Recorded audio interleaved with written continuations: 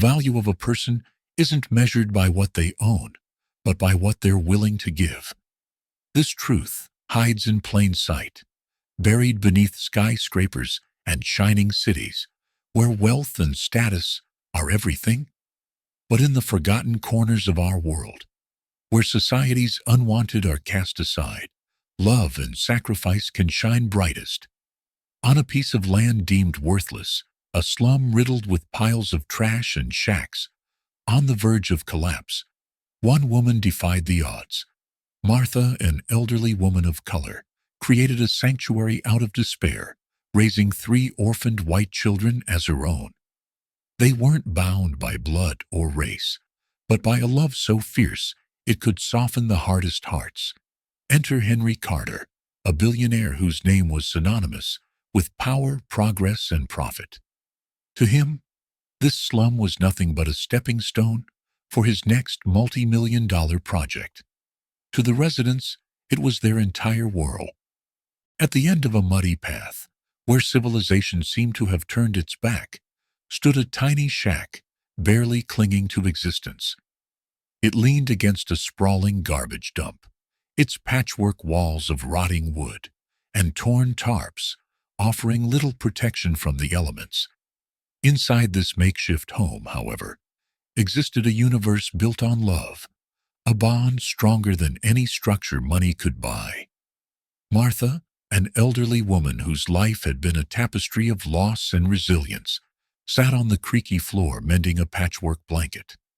Her gnarled hands moved with the precision of someone who had stitched together countless fragments, not just of fabric, but of broken lives. Around her, 3 children bustled, their voices filling the shack with a warmth that defied the chills seeping through its cracks. Eli, the eldest at 11, knelt in a corner with a serious expression, sorting through scraps of wood he'd scavenged for their evening fire. His dark brown eyes held the weight of responsibilities far beyond his years. Despite his small frame, Eli exuded a quiet strength. Lucy, 9, sat cross-legged on the floor, with a stubby pencil in hand, sketching on an old scrap of cardboard. Her golden hair gleamed in the faint sunlight, trickling through a hole in the roof. She had an artist's eye, her drawings depicting a world far removed from their grim reality. Clean streets, bright gardens, and a house where happiness could thrive. Ben, the youngest at 5, lay curled on a thin mattress, his face pale from a fever that refused to break. His weak voice called out, "Grandma, will there be bread tonight?" His innocent question was a knife to Martha's heart. Martha paused her stitching, her weary gaze softening as she replied, "We'll have enough, my boy. We always do." The relative peace of the morning shattered with the roar of a pickup truck and the blare of a loudspeaker.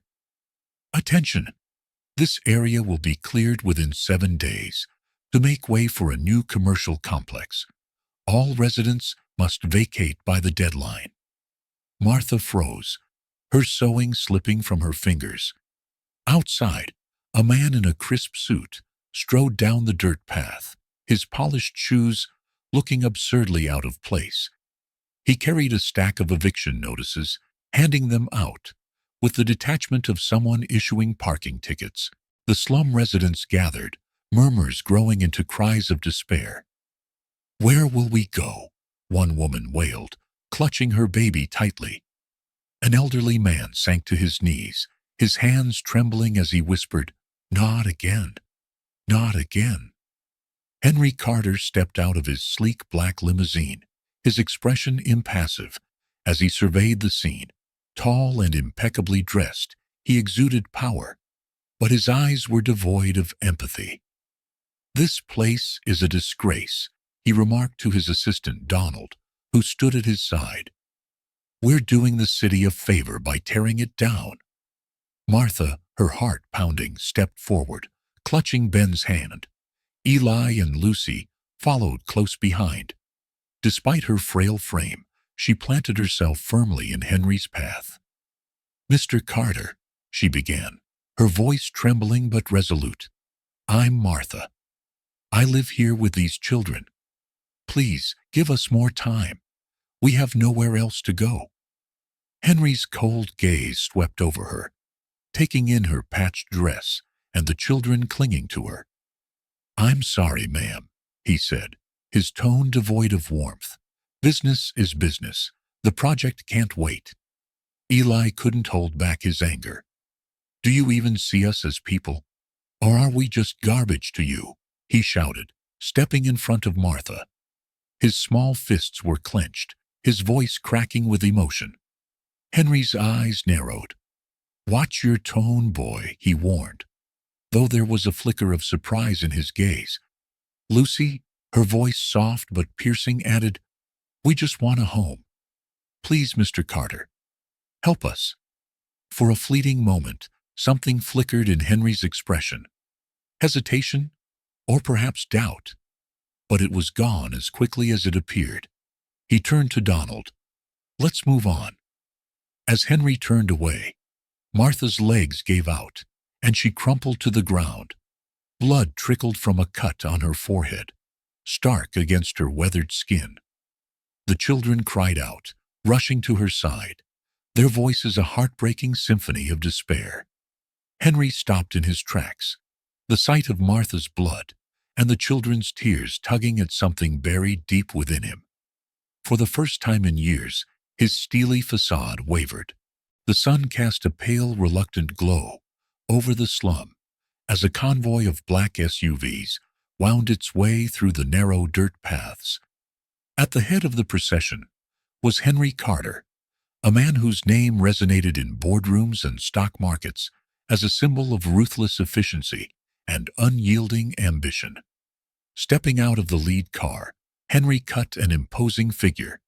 His tailored suit hugged his lean frame perfectly, his silver watch gleaming under the weak light. His face, strikingly handsome, bore an expression of cool detachment. This was a man who had built empires out of ruins, who viewed the world not in shades of humanity, but in columns of profit and loss. By his side stood Donald, his ever-efficient assistant, holding a tablet loaded with blueprints and financial projections. Donald was a younger version of Henry, sharp, pragmatic, and utterly unbothered by the moral implications of their work. "Shall we begin, sir?" Donald asked, glancing around at the makeshift homes and narrow alleys.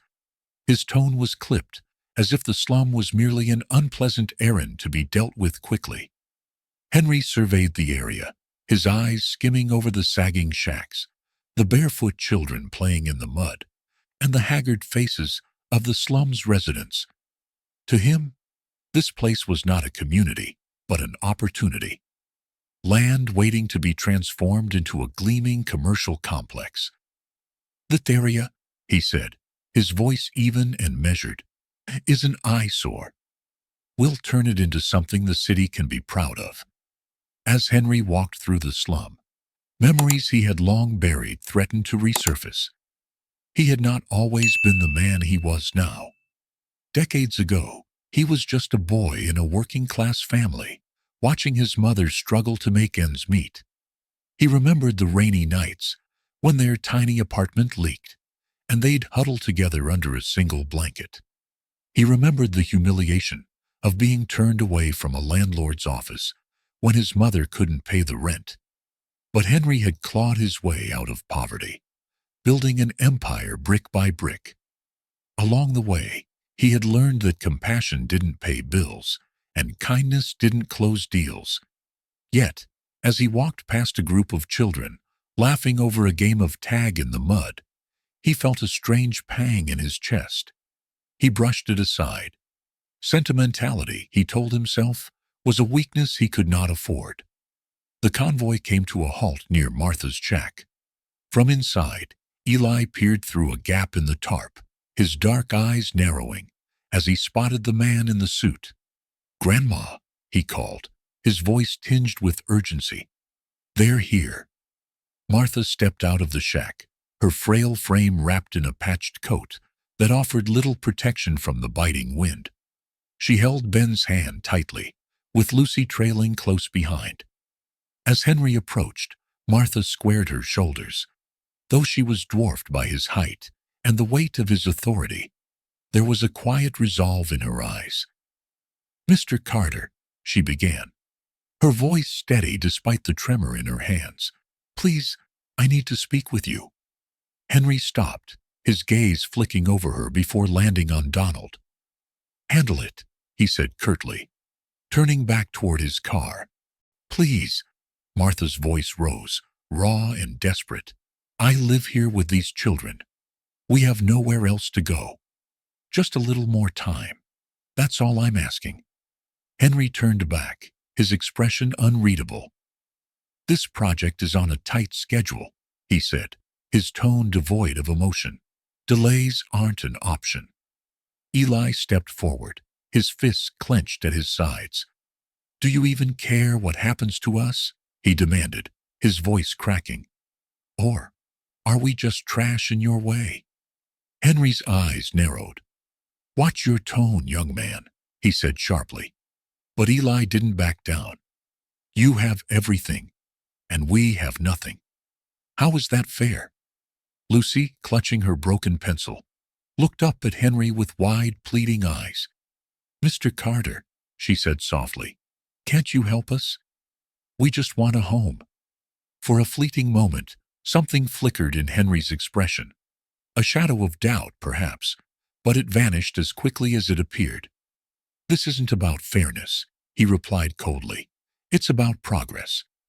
I'm sorry, but my decision is final." As Henry turned to leave, Martha's legs buckled beneath her. She crumpled to the ground, clutching her chest, as a thin stream of blood trickled from a gash on her forehead. "Grandma!" Lucy screamed, dropping to her knees beside her. Eli and Ben rushed to Martha's side, their voices rising in panic. "Somebody help!" Eli shouted, his voice breaking. Henry froze mid-step, turning back to the scene. Martha lay motionless in the dirt, her frail frame looking impossibly small against the backdrop of the towering garbage heap. The children's cries echoed through the slum, cutting through the cold morning air. For the first time in years, Henry felt his steely exterior crack. The sight of Martha's bloodied face and the desperation in the children's voices stirred something deep within him, something he couldn't quite name. "Donald," he said quietly, his voice unusually strained, "call for an ambulance." Donald hesitated, caught off guard by the command.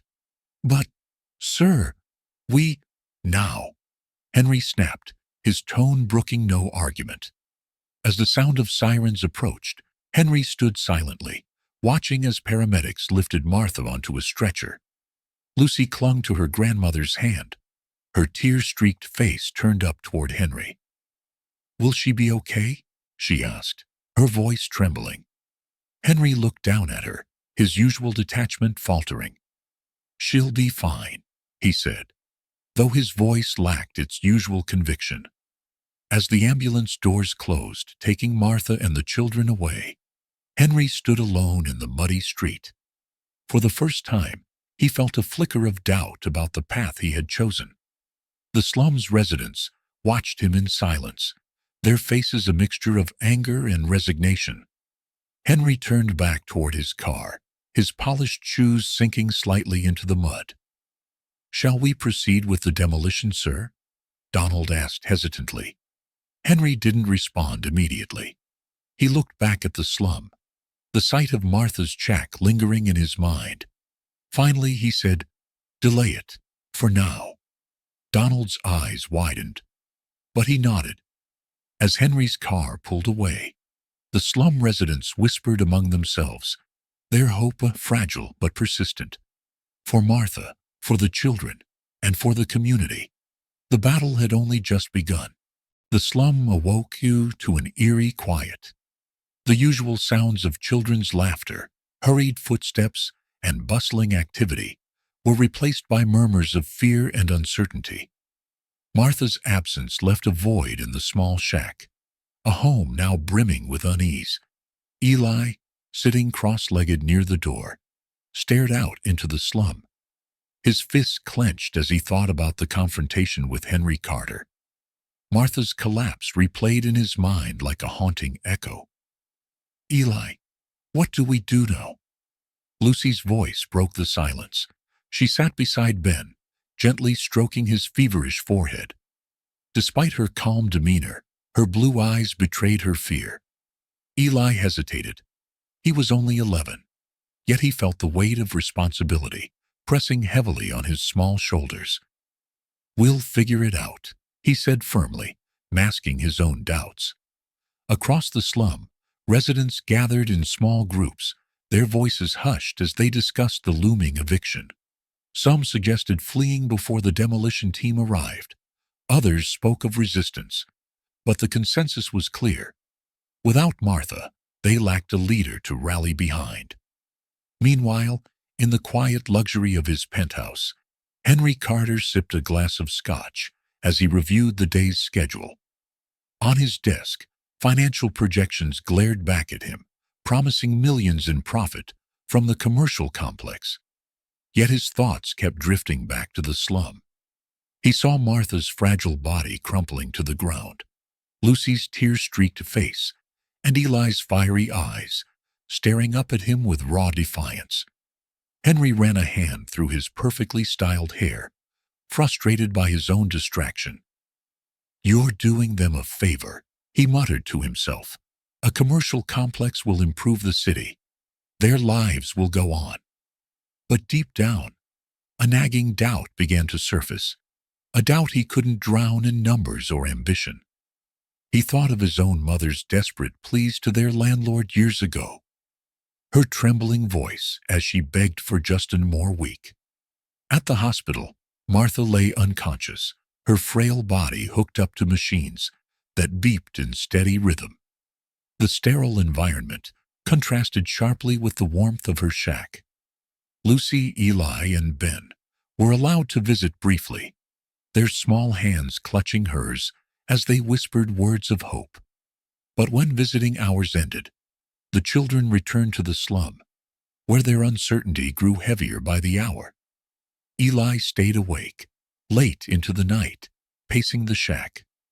"I should have done more," he whispered to himself, his small hands clenched into fists.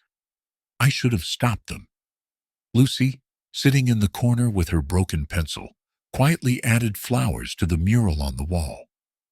"Grandma always said flowers mean hope," she murmured, her voice barely audible.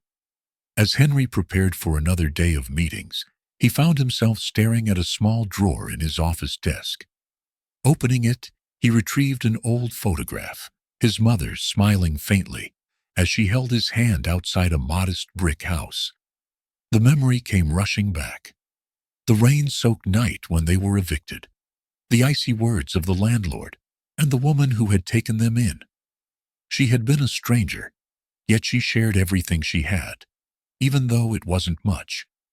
Henry shook his head, forcing himself back to the present. "That was a different time," he muttered, slipping the photo back into the drawer. But the memory lingered, unshakable. Word spread quickly through the slum. Martha's collapse had left a void, but her courage inspired others to act. Led by Eli, the residents organized a peaceful protest. The children painted signs from scraps of wood and old cloth. "Save our homes and we are not garbage," were scrawled in bold letters. On the morning of the protest, a small crowd gathered in front of the slum's entrance. Eli stood at the front, his small frame dwarfed by the adults around him.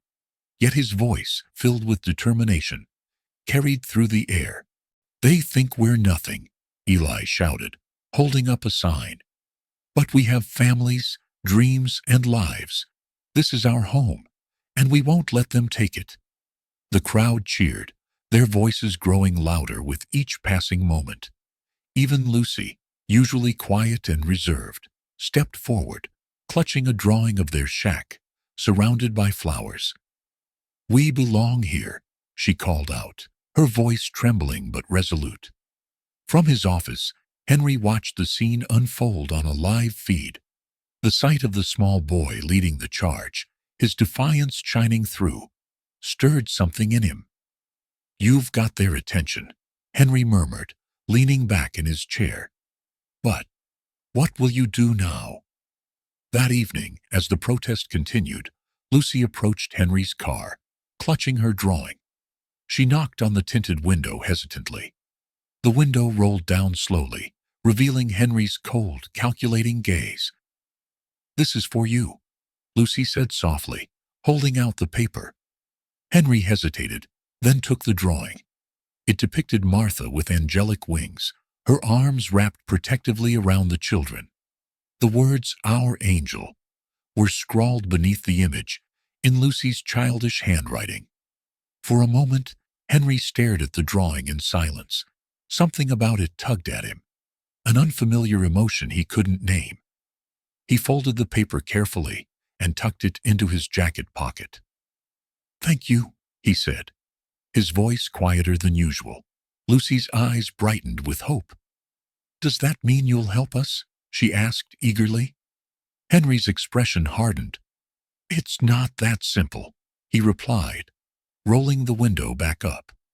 As his car drove away, Lucy stood in the street, clutching her broken pencil and watching the taillights disappear. Despite his words, she whispered to herself, "He'll change. I know he will." Late that night, Henry sat alone in his penthouse, staring at Lucy's drawing. The angelic wings, the protective embrace, it reminded him of the woman who had once saved his family. Meanwhile, in the slum, Eli gathered the residents for another meeting. "We have to keep fighting," he told them, his voice unwavering. "Grandma wouldn't give up, and neither will we." As the clock struck midnight, a message arrived on Henry's phone. The demolition was set to resume at dawn.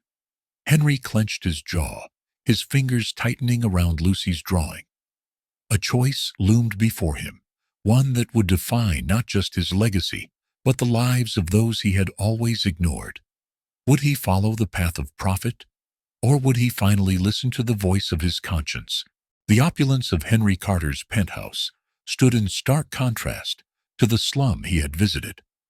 The shimmering skyline of the city, outside his window, reflected his success, a life built on ambition, discipline, and cold pragmatism. Yet tonight, none of it felt like enough. On his desk, blueprints of the planned commercial complex lay neatly arranged alongside financial reports, projecting millions in revenue.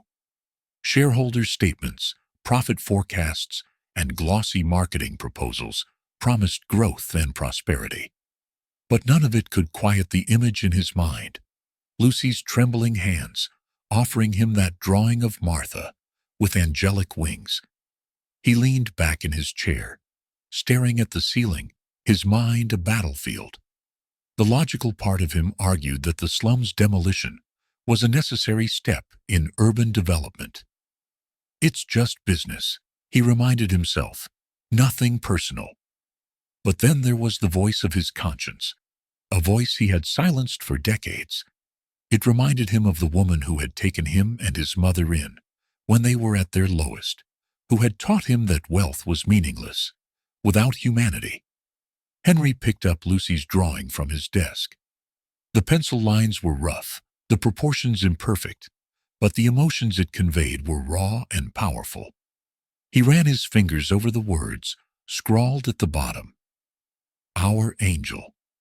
A sigh escaped his lips as he placed the drawing carefully in his wallet. It was a small act, but it felt monumental. He glanced at his phone, where a notification blinked. Demolition set for 7 a.m. tomorrow. The next morning, Henry walked into the boardroom of the Carter Corporation, his presence commanding as ever. The room was filled with the company's most influential shareholders, men and women, who had invested millions and expected returns that matched their ambitions. The atmosphere was tense. A scale model of the commercial complex dominated the center of the table, a gleaming representation of modernity and profit. Surrounding it were detailed blueprints projections, and marketing materials, all of which painted the slum as a blight to be replaced with luxury. Henry remained standing, his sharp gaze sweeping across the room. When he finally spoke, his voice was steady and resolute. "The project for the commercial complex on the slum site is cancelled." The room erupted. Voices overlapped in protest and disbelief. One shareholder, a man in his late 50s with a silver tie, slammed his hand on the table. "Carter, are you out of your mind? Do you know how much we've invested in this? Canceling it now is financial suicide." Another shareholder, a younger woman with sleek hair and a sharp gaze, leaned forward. "Henry, this isn't just about money. Our reputation is at stake. You can't make this decision unilaterally." Henry held up a hand, silencing the room. "I understand your concerns," he said firmly. "But this isn't just about numbers. That land is home to hundreds of people, families, children, who have nowhere else to go. We cannot destroy their lives for the sake of profit." The silver-tied man sneered. "Sentimentality doesn't pay dividends, Carter. You're risking the company's future for a few shacks and some sob stories." Henry's jaw tightened, but his voice remained calm. "If protecting those families means risking the company's future, then so be it. And if it comes to covering the costs myself, I will." The room fell into stunned silence. The shareholders exchanged uneasy glances. Henry's unwavering resolve was something they hadn't anticipated. Finally, the younger woman spoke, her voice hesitant but thoughtful. "If we're not building the complex, what's your plan for the land?" Henry stepped closer to the table, his gaze sweeping over the group. "We'll build a community center, a place where these families can thrive instead of being pushed aside. It will be called Martha's Home, named after the woman who inspired me to make this decision." Not everyone was convinced. As the meeting adjourned, murmurs of discontent filled the air. Some shareholders warned of pulling their investments. Others threatened to take legal action. But Henry didn't waver. For the first time in years, he felt certain that he was doing the right thing. Later that day, Henry visited the slum again, this time without his entourage. His polished leather shoes sank into the muddy ground as he walked through the narrow alleys. The stench of decay lingered in the air, but Henry barely noticed. He was too focused on the faces around him. He saw an elderly man trying to light a fire with damp sticks, his trembling hands barely able to strike a match. A young mother sat under a makeshift awning, cradling her baby while shielding it from the cold wind. Children played barefoot in the dirt, their laughter echoing despite the bleak surroundings. When Henry reached the shack where Martha and the children lived, he stopped. The structure, patched together with scraps of wood and tarps, looked even more fragile than he remembered.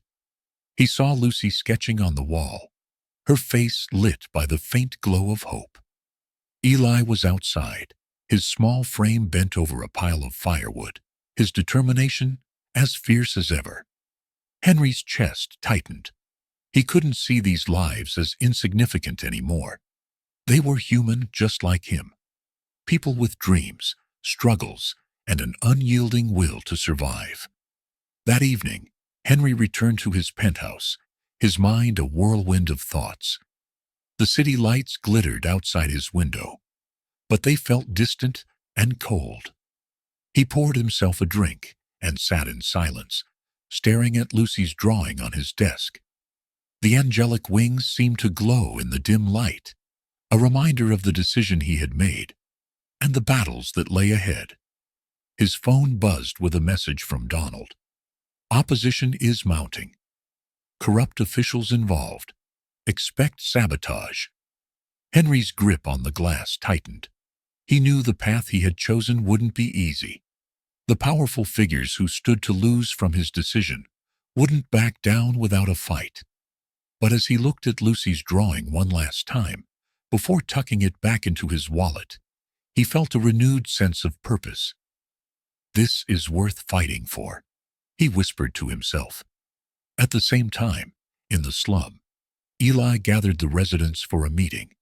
Standing on a makeshift platform, he raised his voice. "They think they can push us out, but they're wrong. This is our home, and we'll fight for it. Together." The crowd cheered, their voices echoing into the night. The seeds of a revolution had been sown. As dawn approached, two worlds prepared to collide, one of power and privilege, and another of resilience and unity. The question lingered in the air. Would Henry's bold decision be enough to save the slum, or would the forces against him prevail? The first rays of sunlight broke through the slum's smoky haze as Henry Carter arrived, accompanied by a small team of architects and construction workers. The air was thick with apprehension and doubt. Slum residents peered cautiously from their shacks, whispering among themselves as Henry stepped out of his car. This time, he wasn't wearing his tailored suit. His rolled-up sleeves and work boots were a deliberate choice, signaling that he intended to be more than an outsider dictating orders. The announcement of the community center, named Martha's Home, had been met with skepticism. The residents, hardened by years of broken promises and neglect, found it difficult to trust that this billionaire, who once planned to evict them, could truly have a change of heart. Henry approached a gathering of residents, standing before them with a calm yet determined demeanor. His voice carried a mix of authority and sincerity. "I'm not here to ask for your trust outright," he began. "I know I need to earn it. But together, we can build something better. A home where your children can grow, learn, and dream without fear of losing it all." A ripple of silence followed his words. Then, from the crowd, a young man with crossed arms stepped forward. His voice was sharp with mistrust. "How do we know this isn't just another trick to push us out once the cameras are gone?" Henry met his gaze without flinching. "You have my word," he said. "But more importantly, you have my actions. Watch what I do, not just what I say." From the side, Eli stepped forward, his small frame carrying a presence far beyond his years. "If he's willing to stand here with us and build this place, then maybe we should give him a chance." His voice, though tinged with caution, carried a note of conviction. The boy's words carried weight, and the murmurs among the crowd softened. Henry nodded toward Eli, silently acknowledging the courage it took for him to speak up. The groundwork for trust, though fragile, had begun to take shape. As construction began, the area buzzed with a cautious energy. The old shacks and mounds of debris were gradually cleared to make way for new foundations. Residents worked alongside the construction crew, their initial hesitance giving way to hope. Lucy found herself drawn to the makeshift office, where blueprints for the community center were spread out on a table.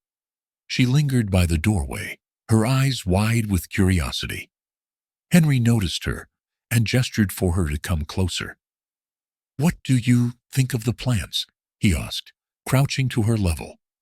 Lucy hesitated before pointing to the blank walls of the proposed community center. "They're nice," she said softly, "but they don't feel alive." Henry raised an eyebrow. "Alive? What do you mean?" Lucy's blue eyes sparkled with excitement as she grabbed a piece of paper and a pencil from the table. She began sketching, her small hand moving quickly. In minutes, the outline of a mural emerged, a garden of flowers, children playing, and rays of sunlight breaking through clouds. "The walls should tell our story," Lucy explained, looking up at him. "They should remind people of what we've been through and what we're building together." Henry stared at the drawing, struck by its simplicity and profound meaning. He turned to the lead architect and said, "Incorporate her ideas. Let's make this space theirs in every way possible." As progress continued, resistance emerged, not from the residents, but from outside forces. Corrupt officials, once benefiting from the slum's demolition plans, began to stir trouble. Delays plagued the project. Permits were mysteriously revoked, supplies went missing, and equipment was vandalized. One night, Eli woke to the sound of muffled voices outside their temporary shelter. Peering through a crack in the door, he saw shadowy figures tampering with construction equipment. Without hesitation, he grabbed a flashlight and rushed out. "Hey, stop!" he yelled, his voice piercing the silence. The men froze for a moment, before scattering into the darkness. Eli managed to catch a glimpse of one figure's face before they disappeared. A familiar man who had once worked with Donald, Henry's former assistant. The next morning, Eli approached Henry, his expression serious.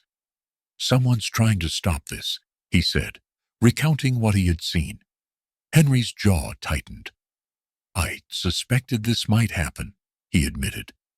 "There are people who stand to lose from what we're doing here. But they won't succeed."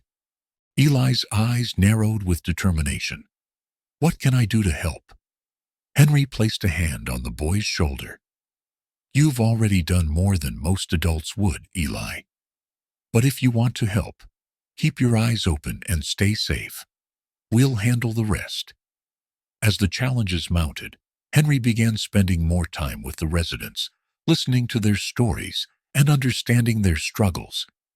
These moments softened the barrier between him and the community. One afternoon, as the sun dipped low in the sky, Henry joined Martha and the children for a modest meal.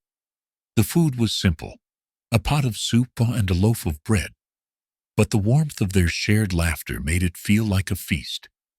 Martha, her health still fragile but her spirit unyielding, looked at Henry with a mixture of gratitude and curiosity. "Why are you doing this?" she asked. "Men like you don't usually come back." Henry hesitated, his usual composure faltering. "Because someone once did for me what I'm trying to do for you," he admitted, "and because I need to believe that we can all be better than the world expects us to be." Martha smiled faintly. "Then maybe you're starting to understand what matters most." Despite the setbacks, progress on the community center continued. Walls were raised, adorned with Lucy's murals. Gardens began to take shape, tended by residents who now saw the land as their own. The air buzzed with a cautious optimism, a sense that something extraordinary was unfolding. But as the project neared completion, a powerful adversary emerged, an influential developer with ties to corrupt officials. This individual, determined to sabotage the project, filed a legal injunction to halt construction, claiming the land was improperly acquired. Henry received the news late one night. He stood alone in his office, the city lights twinkling behind him. The fight ahead would be long and grueling, and he knew it would test everything he had built, both professionally and personally. Meanwhile, in the slum, Eli gathered the residents once again. "They're trying to stop us," he said, his voice steady but defiant. "But we're not just fighting for a building. We're fighting for our home, our family, and our future." The crowd erupted in cheers, their voices echoing into the night. The battle lines had been drawn, and neither side was willing to back down. As dawn approached, Henry made a quiet vow to himself. "No matter what it takes, this project will succeed. Not for me, but for them." The morning sun broke over the bustling construction site of Martha's home, casting golden light across the skeletal framework of the community center. For the first time in decades, Henry Carter wasn't watching from the sidelines or barking orders from an office. He was in the middle of it all, boots caked with mud, sleeves rolled up, and sweat lining his brow. The once detached billionaire was now hammering nails, lifting beams, and carrying cement, alongside the very people whose lives he had nearly upended. Children played nearby, their laughter blending with the rhythmic clang of hammers and the hum of saws. "Mr. Carter," Lucy called, holding out a bottle of water, her bright blue eyes sparkling. "You're working harder than anyone else." Henry chuckled, taking the bottle and sitting on a nearby bench. "When you're trying to make up for lost time, there's no room for half measures." Nearby, Eli watched the exchange, his expression unreadable. Over the weeks, he'd started to see Henry not as a faceless villain, but as a man trying, in his own way, to be better. Still, the boy held on to a measure of caution, protecting his family as he always had. During lunch breaks, Henry began sitting with the residents, listening to their stories. He learned of their struggles, their dreams, and their quiet acts of resilience. A young mother shared how she had scavenged for scraps to keep her children alive. An elderly man recounted how he'd once been a teacher, only to lose everything after a personal tragedy. Each story left an indelible mark on Henry, chipping away at the walls he had spent years building around his heart. One afternoon, as the workday wound down, Henry found himself drawn to a small gathering. Lucy was leading a group of children in painting a mural on one of the center's newly constructed walls. The scene was vibrant and hopeful, a garden blooming with flowers, a rainbow arching across a clear sky, and children of all colors holding hands. Lucy turned and waved him over. "Come paint with us." Henry hesitated, then picked up a brush. At first his strokes were awkward and unsure, but Lucy guided his hand. "Just paint what you feel," she said.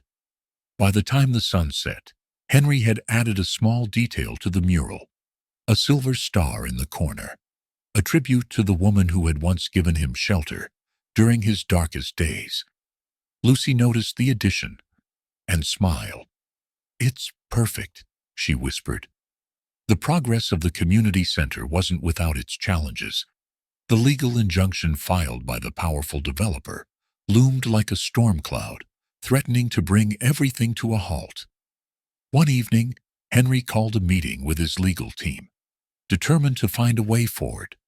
The room was tense as lawyers presented their findings. "The injunction is based on shaky grounds," one of them said, "but the opposing party has deep political connections. This won't be an easy fight." Henry leaned forward, his voice firm. "I don't care how hard it is. Find a way to win." Meanwhile, Eli had taken matters into his own hands. The boy had overheard murmurs about bribes exchanged between the corrupt developer and local officials. With the help of a tech-savvy teenager from the slum, he began gathering evidence, recorded conversations, photographs, and documents left carelessly in the developer's office. One night, as Eli prepared to share his findings with Henry, he was confronted by two men sent to intimidate him into silence. They cornered him in a dark alley, their menacing shadows stretching across the walls. "Stay out of this, kid," one of them growled. "You don't know who you're messing with." Eli's heart pounded, but he stood his ground. "You can scare me all you want, but you won't stop us." Before they could act, a group of residents, alerted by Lucy, appeared with makeshift weapons, bats, metal rods, and sheer determination. The men backed off, realizing they were outnumbered. Later that night, Eli handed his evidence to Henry, who looked at the boy with newfound respect.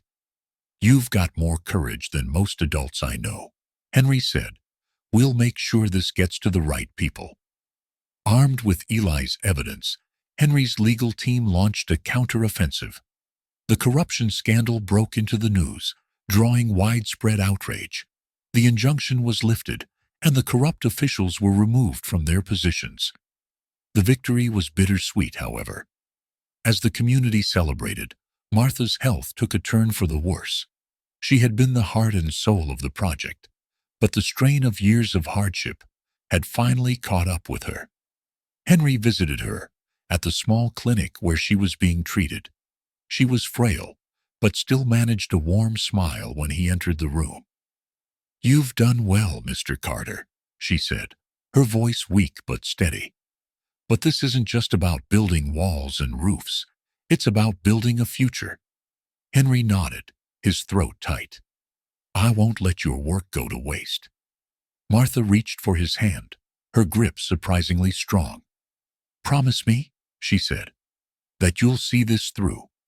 Not just here, but everywhere it's needed."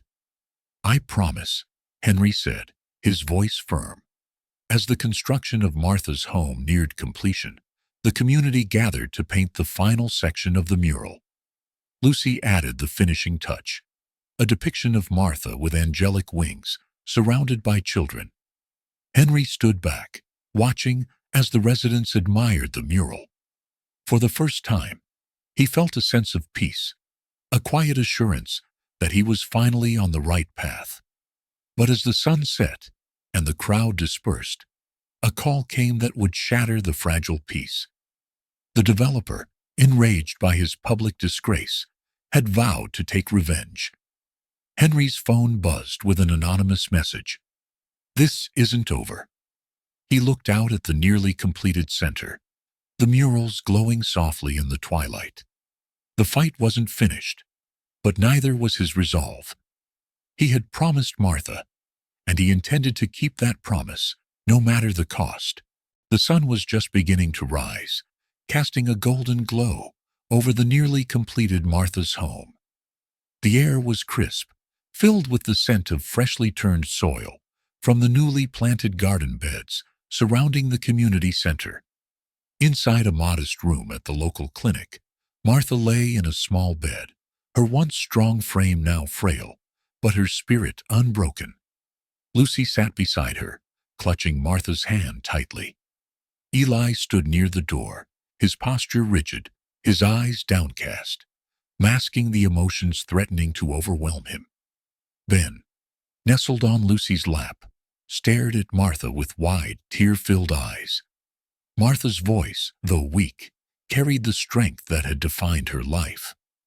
"You three have been my light," she said, her gaze moving from one child to the next.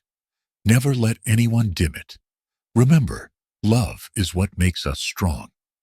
Henry Carter entered the room quietly, his footsteps almost inaudible. He held a bouquet of daisies, the same flowers Martha had once said reminded her of hope. As he approached, Martha turned her head, her smile faint but warm. "Mr. Carter," she said, her voice barely above a whisper, "you've come a long way." Henry knelt beside her, placing the flowers on the bedside table. "Thanks to you," he said, his voice steady but filled with emotion. "You showed me what really matters." Martha's hand, frail and trembling, reached out to rest on Henry's. "Promise me," she said, her tone urgent despite her fragility, "that this place will not just be a building, but a beacon. Let it stand for everything we've fought for." "I promise," Henry said, his voice firm. He felt the weight of her words settle deep in his chest, a vow he intended to keep. As the morning light grew brighter, Martha's breaths became shallow. Lucy leaned closer, tears streaming down her face. "Grandma," she whispered, her voice breaking, "don't leave us." Martha's gaze softened as she looked at Lucy. "I'll always be with you," she said. "In your heart, in this home, in every act of kindness you share." With those final words, Martha closed her eyes, her expression peaceful. The room fell silent, except for the soft sobs of the children. Henry stood, his heart heavy, and gently guided Lucy and Ben into his arms, offering them the comfort they so desperately needed. News of Martha's passing spread quickly, and the community gathered to pay their respects. The courtyard of Martha's home became a sanctuary of grief and gratitude. Flowers of every kind were laid at the steps of the building, a testament to the lives Martha had touched. Eli, who had always prided himself on being strong, stood at the center of the gathering, his hands clenched into fists. "She gave everything for us," he said, his voice trembling. "We can't let her down. We have to keep going." Lucy stepped forward, holding the sketchbook that Martha had encouraged her to fill. She opened it to a page depicting Martha with angelic wings, surrounded by smiling children. "This is what she dreamed of," Lucy said. "A place where no one feels forgotten." Henry, moved by the children's resolve, addressed the crowd. Martha was more than a caretaker or a friend. She was a force of nature. She believed in the power of love and community, and it's up to us to honor her legacy. The crowd erupted into applause, their grief transforming into determination. Together, they pledged to complete Martha's home and make it a symbol of hope for future generations. Over the following weeks, the community poured their energy into finishing the center. Residents of all ages worked side by side, painting walls, planting gardens, and assembling furniture. Lucy's murals became the centerpiece of the interior, each one telling a story of resilience and unity. Henry worked tirelessly, not just overseeing the project, but actively participating. He formed a bond with the children, particularly Eli, whose fierce determination reminded him of his younger self. One evening, as they sat together after a long day's work, Eli spoke up. "I used to hate you," he admitted, his voice raw. "But now I see you're trying to make things right." Henry nodded, his gaze thoughtful. "I've made mistakes, Eli, more than I can count. But people like your grandmother remind me that it's never too late to change." Lucy joined them, holding a drawing she had just completed.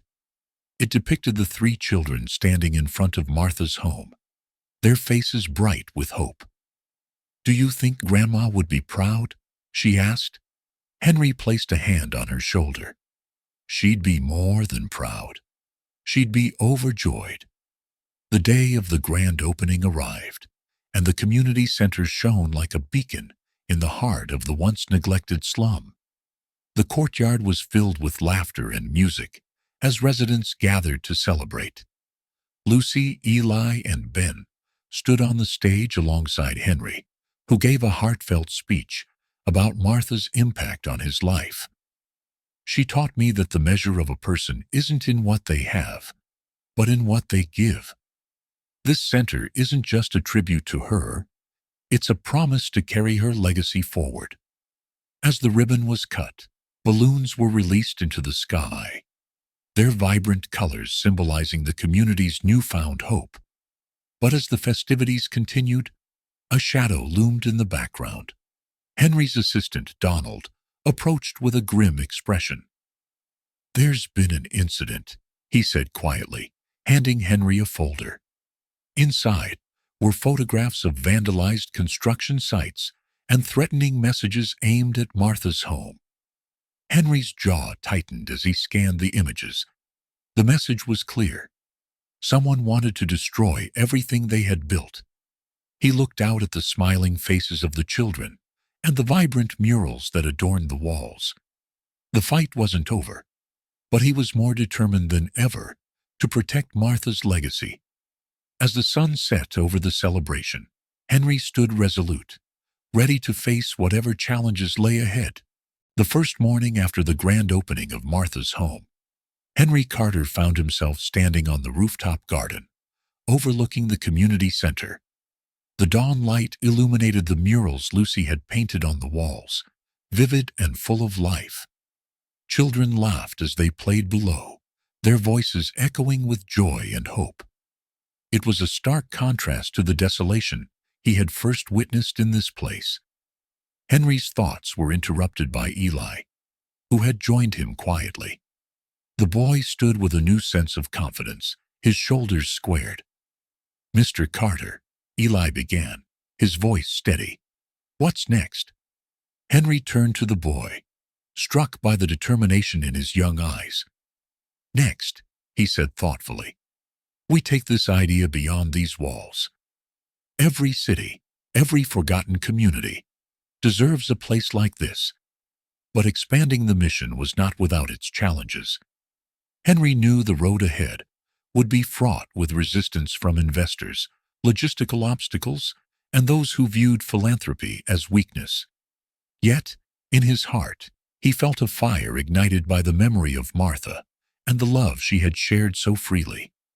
The first proposal to replicate Martha's home was met with skepticism during a high-stakes board meeting.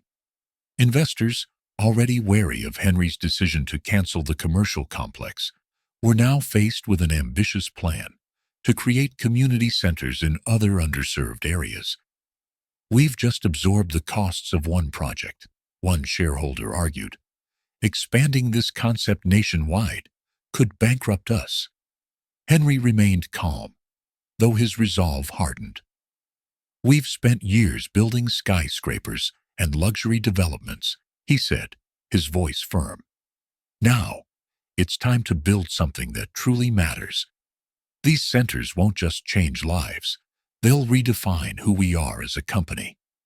Lucy, Eli, and Ben were brought into the meeting as living proof of the project's impact.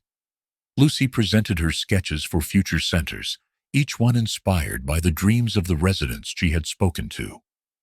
"This isn't just about buildings," Lucy said, her voice clear and confident.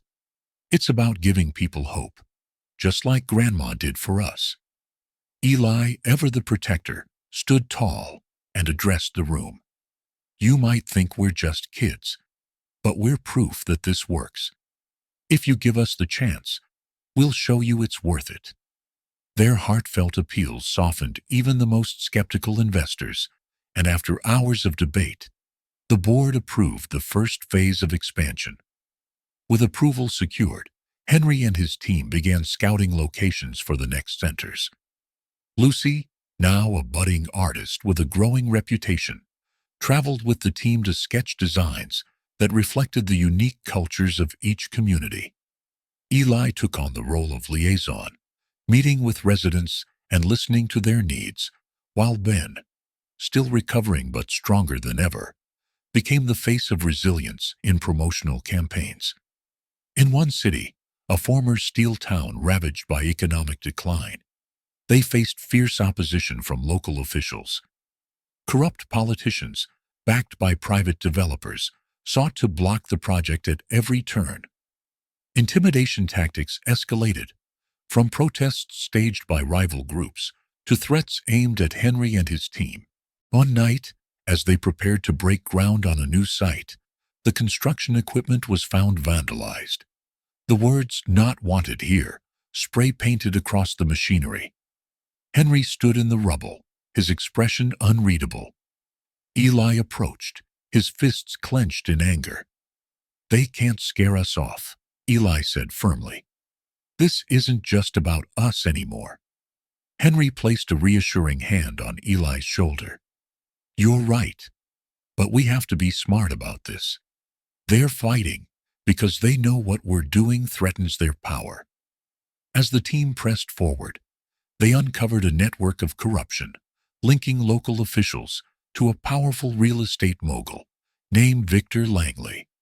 Langley, a man with ambitions to dominate urban development, saw Martha's home as a direct threat to his empire. Henry and Victor faced off during a tense meeting arranged by mutual associates. Victor, dressed impeccably in a custom suit, exuded arrogance as he dismissed Henry's vision. "You think you can change the world with community centers?" Victor sneered. "All you're doing is delaying progress." Henry's gaze was steady, his voice calm but firm. "Progress means nothing if it leaves people behind. What we're building isn't about profit, it's about purpose." Victor leaned back in his chair, a smirk playing on his lips.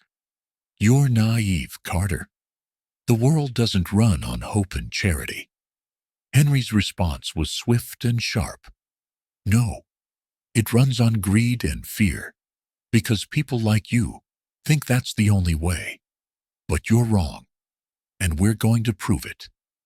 As the project continued, the communities rallied around Henry and his team.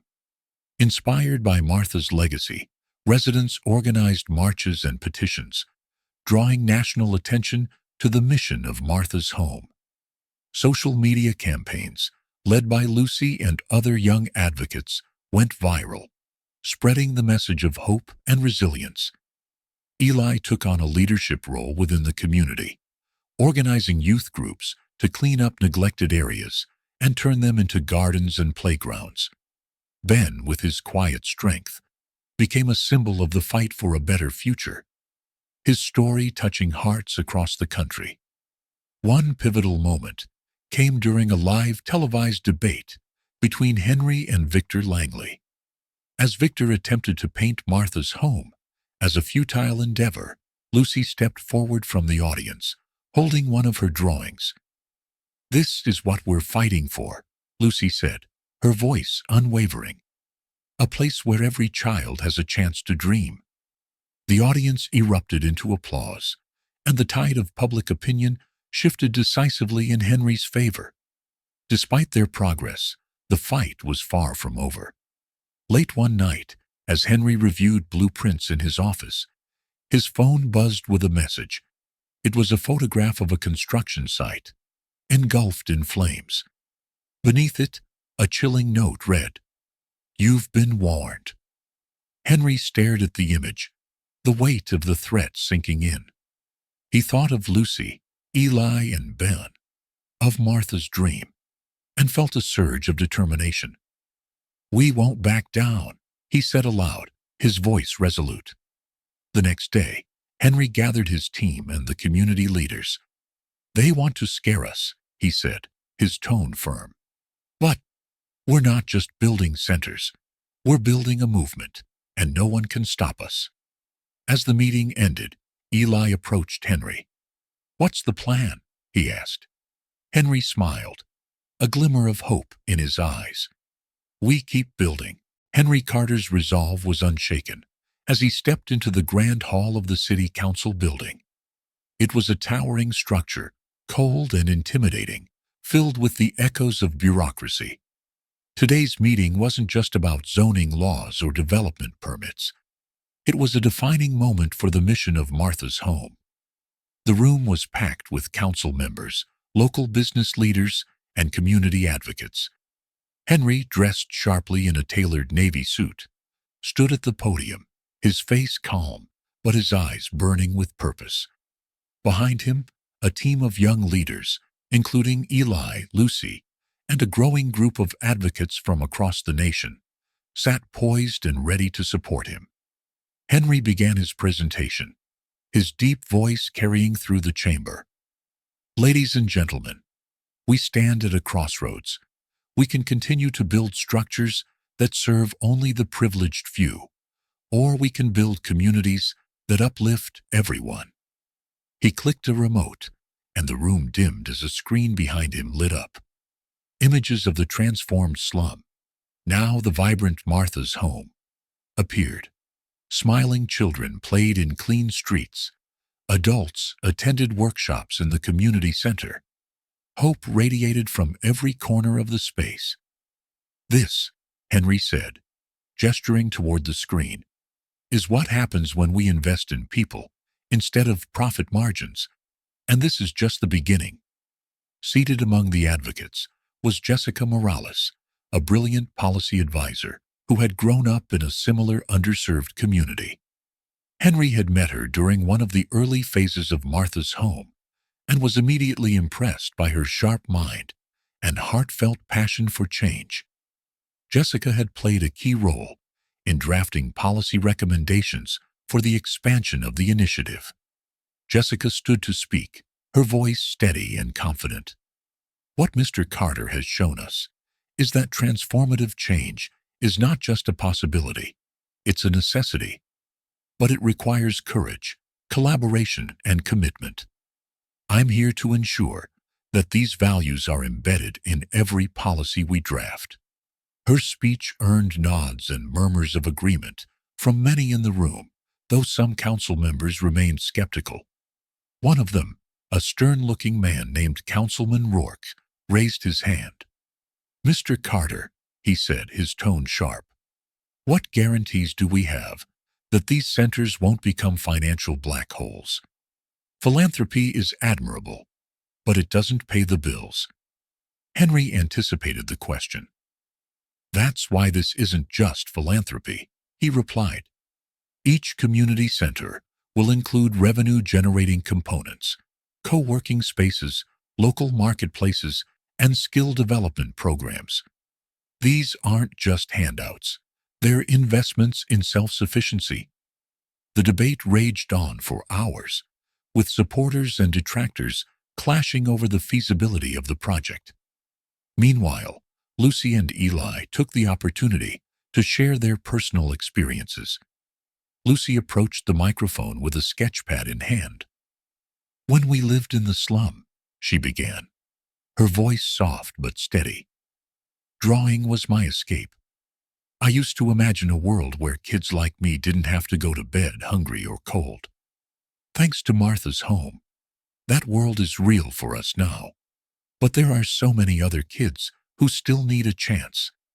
She flipped open her sketchpad, revealing a drawing of a bustling community center, surrounded by gardens and playgrounds.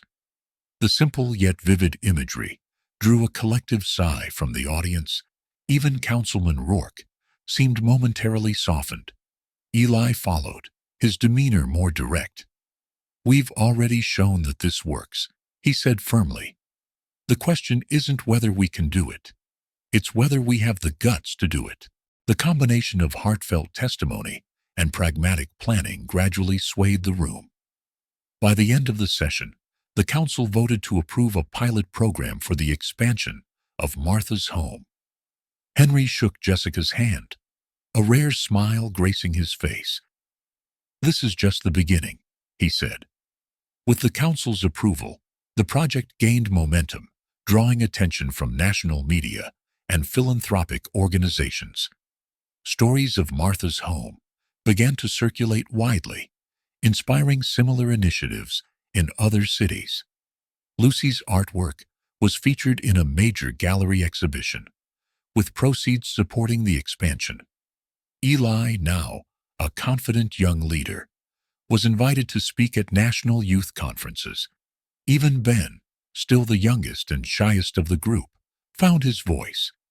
During a televised interview, he spoke softly but powerfully about how the center had saved their family. "Grandma always said love was the strongest thing we had," he said, clutching a small framed photo of Martha. "Now, because of her, we get to share that love with so many others." Henry, however, found himself facing new challenges. The more visible Martha's Home became, the more it drew criticism from those who saw it as a threat to traditional development. Real estate mogul Victor Langley, determined to reclaim his dominance, launched a smear campaign, accusing Henry of using the project as a tax shelter. Jessica and the team worked tirelessly to counter the attacks, presenting transparent financial reports and highlighting the tangible benefits of the centers. Henry, for his part, remained unflappable. "Let them talk," he said during a strategy meeting. "We'll let the results speak for themselves." As the expansion efforts gained traction, Henry received an unexpected visitor one evening. A courier delivered a thick envelope to his office. Inside was a letter from Victor Langley, accompanied by a detailed proposal. The letter read, "Mr. Carter, we may disagree on many things, but I recognize talent when I see it. Let's join forces. Together, we could create developments that surpass anything this country has ever seen. Consider this offer carefully. It may be the last one you get." Henry leaned back in his chair, the weight of the proposal settling over him. Joining forces with Victor could provide the resources to scale Martha's Home faster than ever. But at what cost? He placed the letter down, his mind racing. As he gazed out the window at the glowing lights of the city, he knew one thing for certain. The next decision he made would shape the future not just of Martha's home, but of his own legacy. The day dawned clear and bright, a perfect reflection of the milestone it marked. The community center, now affectionately called Martha's home, was abuzz with excitement. Banners of vibrant colors fluttered in the breeze, and the courtyard had been transformed into a space of celebration. Families gathered, dressed in their best, their faces lit with pride and joy. For today, the community was not just celebrating a building, but the dreams and aspirations it had helped nurture. Lucy, now 18, stood in front of a mirror inside the community center, adjusting her graduation cap. Her blonde hair fell softly over her shoulders, framing a face that was radiant, with a mix of nervousness and pride. She had worked tirelessly for this moment, earning top honors in her high school and securing a full scholarship to a prestigious art school. On a nearby table lay her portfolio, a collection of drawings that had captured the hearts of so many and helped raise funds for the expansion of Martha's home. Eli, now a confident young man of 20, entered the room with Ben, who had grown into a healthy and cheerful 14-year-old. "Are you ready, Lucy?" Eli asked, his voice steady and warm. Ben ran to her side, grinning. "You look like a real artist," he said, his eyes sparkling with admiration. Lucy smiled, her cheeks tinged with a soft blush. "I wouldn't be here without all of you," she said, looking at her brothers. Her voice wavered slightly as emotion filled her chest. "Grandma would be so proud." The ceremony took place in the newly constructed amphitheater within the community center. The space, with its open-air design and lush greenery, was a testament to what could be achieved when people came together. Rows of seats were filled with families, teachers, and friends, their applause and cheers creating a symphony of encouragement. Jessica Morales, who had become a close mentor to Lucy, was the keynote speaker. Taking the stage, Jessica spoke passionately about the transformative power of education and resilience. "Lucy Williams represents the heart of this community," she said, her voice carrying a blend of pride and emotion. "Her art has not only inspired us, but has also brought national attention to the mission of Martha's home. She is proof that no matter where you come from, your dreams are valid." As Lucy's name was called, the audience erupted in applause. She walked to the stage with steady steps, her eyes scanning the crowd, until they landed on Henry Carter. Seated in the front row, Henry met her gaze with a nod of encouragement. In his lap was a small package wrapped in brown paper. Lucy accepted her diploma, holding it high as the crowd cheered. Later that evening, the community gathered for a more intimate celebration. A bonfire crackled in the center of the courtyard, its warmth cutting through the crisp night air. Children played nearby, their laughter blending with the soft hum of conversations. Families shared meals, the sense of home-cooked dishes wafting through the air.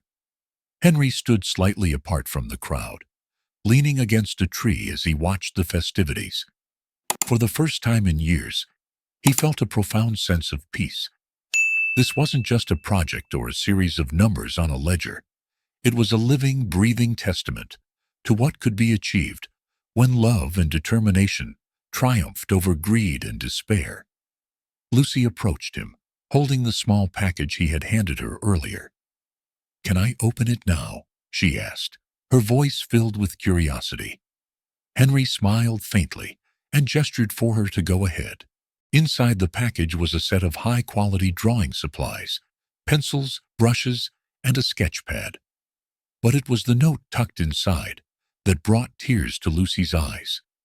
Written in Henry's precise handwriting, it read, "For the artist who reminded me of the beauty in the world. Keep drawing, Lucy. The world needs your vision." Lucy hugged him tightly, surprising both herself and Henry. "Thank you," she whispered, her voice thick with emotion.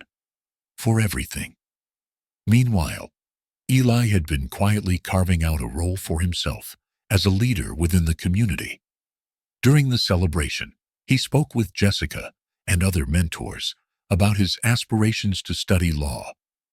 "I want to make sure that families like ours never have to fight so hard just to survive," he said, his voice firm with conviction. Henry, overhearing the conversation, approached Eli later in the evening. "You've got what it takes, Eli," he said, placing a hand on the young man's shoulder. "When you're ready, the Carter Foundation will sponsor your education. We need people like you to change the system." Eli's eyes widened in surprise, but he quickly regained his composure. "Thank you, Mr. Carter. I won't let you down." "It's not about me," Henry replied, his tone thoughtful. "Do it for your family and for all the others who are still waiting for someone to stand up for them." As the night wore on, the bonfire became the center of a quiet moment of reflection. Henry found himself sitting with the three siblings, their faces illuminated by the flickering flames. Lucy held her sketch pad, Ben leaned against her shoulder, and Eli stared into the fire, lost in thought. "Do you remember when Grandma used to tell us stories around the fire?" Lucy asked, her voice soft. Eli nodded, a faint smile touching his lips. "She always said we were stronger than we knew." Henry listened quietly, his heart heavy with gratitude and a touch of regret. "She was right," he said finally. "Your grandmother taught me something I'll never forget. That the true measure of a life isn't in what we take, but in what we give." Ben looked up at Henry, his youthful innocence unclouded. "Does that mean you're one of us now?" he asked, his voice tinged with hope. Henry chuckled softly, a genuine smile breaking through his usually reserved demeanor. "I suppose it does."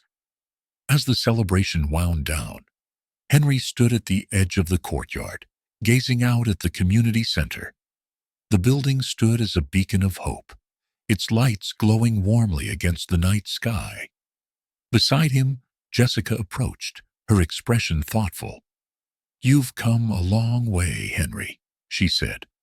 "So have they," he replied, nodding toward the families heading home. "But this is just the beginning. There's still so much to do." Jessica smiled. "Then, let's get to work." As Henry watched the three siblings walk toward their modest home, their laughter ringing in the air, he felt a deep sense of purpose settle within him. Martha's home was more than a legacy. It was a promise to build a world where love and compassion could thrive, one community at a time. The sun rose over Martha's home, bathing the vibrant community in a golden light that seemed almost ethereal. The center was alive with activity, children laughing, adults attending workshops, and volunteers organizing supplies. The once desolate slum had been transformed into a thriving hub of hope and opportunity. Yet for Henry Carter, it was just the beginning. Henry stood in the community center's conference room, surrounded by detailed blueprints, progress reports, and notes for expansion. The room buzzed with energy as a diverse team of architects, social workers, and community leaders discussed plans to replicate Martha's home across the country. At the center of it all stood Lucy, Eli, and Ben, their youthful enthusiasm infusing the project with a sense of urgency and purpose. Eli, now more confident in his role as an advocate for the underserved, addressed the group. "This isn't just about building structures. It's about creating spaces where people feel valued and supported. We have to ensure that every Martha's home reflects the spirit of what Grandma started." Henry nodded, his gaze shifting to Lucy, who was sketching ideas for a mural to be displayed at the next center. Her art had become a symbol of the movement, capturing the resilience and dreams of the communities they served. Ben, seated next to her, excitedly shared his ideas for a youth mentorship program. Why stop with just the centers? Ben asked, his youthful optimism shining through. What if we create scholarships too? For kids who want to be doctors, or teachers, or even artists like Lucy. The room fell silent for a moment, and then Jessica Morales, a key member of the team, smiled. That's a brilliant idea, Ben. Education and opportunity go hand in hand. Henry leaned forward, his voice steady and determined. Then let's make it happen. This is our chance to do something extraordinary, to create a legacy that will outlive all of us. While the team celebrated their progress, challenges loomed on the horizon. As word of Martha's home spread, so did resistance from powerful figures who viewed the initiative as a threat to their interests. Real estate developers, politicians, and even members of Henry's own board began to push back, citing concerns over profitability and resource allocation. Henry faced mounting pressure to scale back the project. In one particularly tense board meeting, a senior member voiced the concerns that had been simmering beneath the surface. Henry, we've supported your vision so far, but this expansion is becoming a financial risk. We're a corporation, not a charity. Henry's gaze hardened, but his voice remained calm. This isn't just about charity. It's about responsibility. We've spent years building wealth. Now it's time to build something that matters. The room erupted in murmurs of dissent, but Henry stood his ground. If anyone feels this isn't the right direction, you're free to walk away. I'll fund this project myself if I have to. His unwavering conviction silenced the room, though the tension remained palpable. After the meeting, Jessica approached him. You're risking everything for this, Henry, she said, her voice tinged with both admiration and concern. Henry looked out the window, the city skyline stretching endlessly before him. Some risks are worth taking, he replied. This is one of them. Meanwhile, Lucy's artistic journey reached a significant milestone. Her work was featured in a prestigious gallery, with proceeds from the exhibition going directly to fund the expansion of Martha's home. The event drew attention from the media, further amplifying the initiative's reach. Henry attended the exhibition, standing quietly as he observed Lucy's pieces. Each one told a story of hardship, resilience, and hope. One painting in particular caught his eye. It depicted Martha surrounded by children, her arms outstretched as if to shield them from the world. Above her, a single word was etched in bold strokes: Guardian. Lucy approached him, her face glowing with pride. Do you like it? She asked, her voice filled with anticipation. Henry nodded, his expression softening. It's beautiful. She would have loved it. Eli's path, too, was becoming increasingly defined. Enrolled in a pre-law program with the Carter Foundation's support, he had begun working with a team of advocates to challenge systemic injustices. One case, involving the eviction of a low-income family, struck particularly close to home.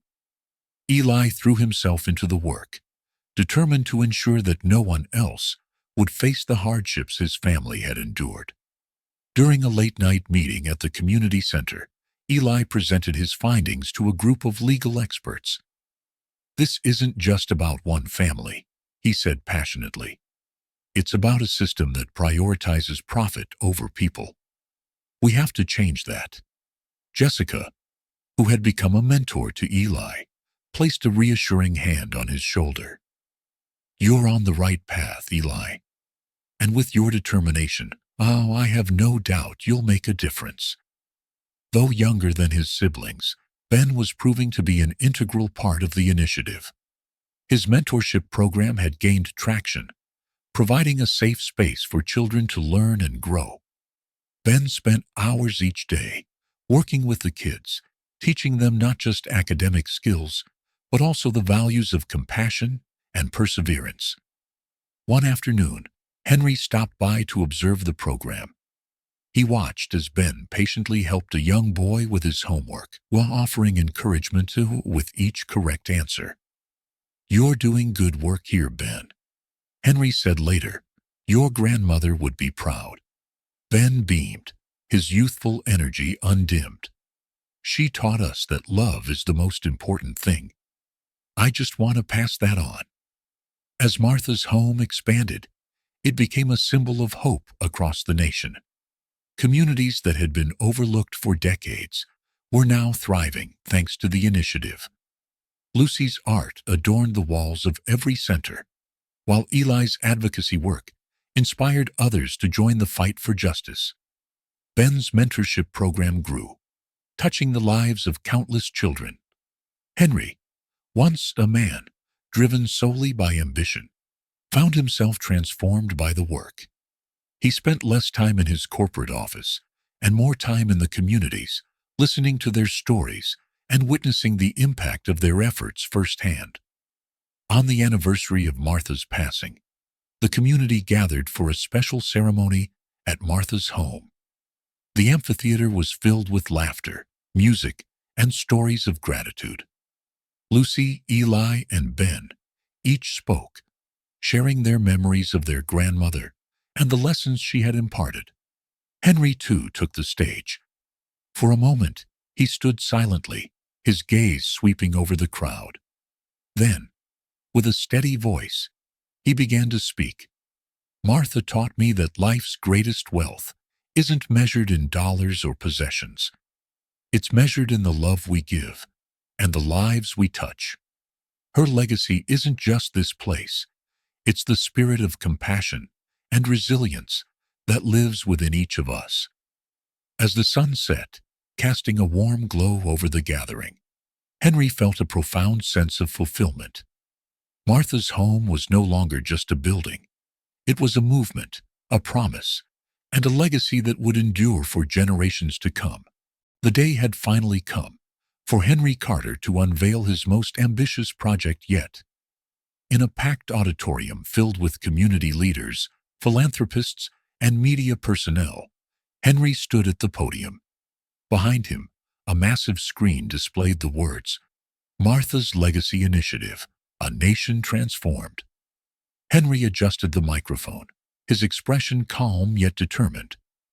"A year ago, we began with a single goal: to rebuild a forgotten community.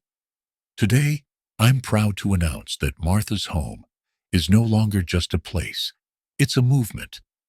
We will replicate this model across the country, transforming neglected neighborhoods into thriving communities." The audience erupted into applause, but Henry raised his hand to silence them. "This isn't about me or my company. It's about every person who has been overlooked, every family struggling to survive. Together, we can ensure that no one is left behind." As he stepped away from the podium, the room buzzed with excitement. Reporters scrambled to ask questions, while community leaders approached Henry to express their support. Yet, amidst the success, Henry knew the road ahead would be fraught with challenges. In a high-rise conference room overlooking the city, Henry and his core team gathered to strategize. The team included Jessica Morales, a fierce advocate for housing rights, David Nguyen, a logistics expert, and Lucy, Eli, and Ben, who had become indispensable voices for the initiative. Jessica began the meeting by outlining the challenges. "Scaling this project isn't just about funding. We'll need to navigate local politics, resistance from developers, and even some skepticism from the communities we're trying to help." David nodded in agreement. "Logistics will be a nightmare. Each community has its own needs, and we'll need local partners to make this work." Henry leaned forward, his hands clasped together. "We'll tackle one obstacle at a time. Start with the areas in most need. Lucy, your art can continue to inspire and unite people. Eli, we'll rely on your advocacy to open doors. And Ben, your mentorship program will be a cornerstone of every new center." The siblings exchanged determined glances. "We're ready," Eli said firmly. The first city chosen for expansion was Rivertown, a once thriving industrial hub, now plagued by poverty and neglect. Henry arrived with his team to a mixed reception. While some residents welcomed the initiative, others were wary, fearing displacement or empty promises. Henry addressed their concerns during a town hall meeting held in a decaying community center. Standing before a crowd of skeptical faces, he spoke with sincerity. "I know what it's like to feel invisible, but this isn't about taking away. It's about building something together. We're not here to impose. We're here to listen." A hand shot up from the crowd. It belonged to a middle-aged man named Carlos, who had lived in Rivertown his entire life. "How do we know this isn't just another corporate scheme?" he asked, his tone sharp but not hostile. Henry paused, then replied, "Because I've been where you are. And I know the pain of losing everything. This isn't just a project, it's a promise." Despite Henry's assurances, resistance remained. Local developers who had plans to gentrify Rivertown launched a smear campaign against the initiative. Accusations of ulterior motives and false promises flooded the media, threatening to undermine the project's credibility. Eli stepped forward, using his growing network to counter the narrative. He organized rallies and public forums where residents who had benefited from Martha's home shared their stories. Lucy's murals, depicting scenes of hope and renewal, became powerful symbols of the movement. One evening, as Henry reviewed the latest reports in his hotel room, there was a knock at the door. It was Carlos, the man who had questioned him at the town hall. "I've been watching," Carlos said, his expression thoughtful. "And I think you're serious about this. If you are, I want to help." Henry extended his hand. "We'll need all the help we can get." As the project gained momentum, Henry faced a personal crossroads. Shareholders in his corporation demanded he abandon the initiative, citing dwindling profits and mounting costs. A heated board meeting ended with an ultimatum: choose the corporation or the communities. Henry made his decision public during a press conference. "Effective immediately, I am stepping down as CEO of Carter Enterprises. This initiative is my priority, and I will dedicate every resource I have to ensure its success." The announcement sent shockwaves through the business world, but Henry felt a profound sense of relief. For the first time, he was fully aligned with his purpose. Lucy's role continued to grow as her art gained national recognition. She was invited to speak at schools, galleries, and community events, where she shared her journey and the lessons she had learned from Martha. At one event, a young girl approached Lucy, clutching a small notebook filled with sketches. "I want to be like you," she said shyly. Lucy knelt down, her eyes shining with encouragement. "You already are. Keep drawing what's in your heart." Eli faced his own trials as he delved deeper into advocacy. One case involved a single mother, Maria, who was being evicted from her apartment. Eli worked tirelessly to build her case, even standing before a judge to argue on her behalf. When the ruling came in Maria's favor, Eli felt a surge of pride. But the victory was bittersweet, as he knew there were countless others still in need. Ben's mentorship program became a cornerstone of Martha's home. He worked closely with local schools and organizations to provide resources for children. His innovative ideas, like pairing students with mentors from similar backgrounds, had a transformative impact. One day, as he watched a group of children playing in a newly built park, Ben turned to Henry. "Grandma always said, love is the most important thing. I think she'd be proud." Henry smiled, his voice filled with emotion. "She'd be proud of all of you." By the end of the year, Martha's home had expanded to 5 cities, each one a beacon of hope.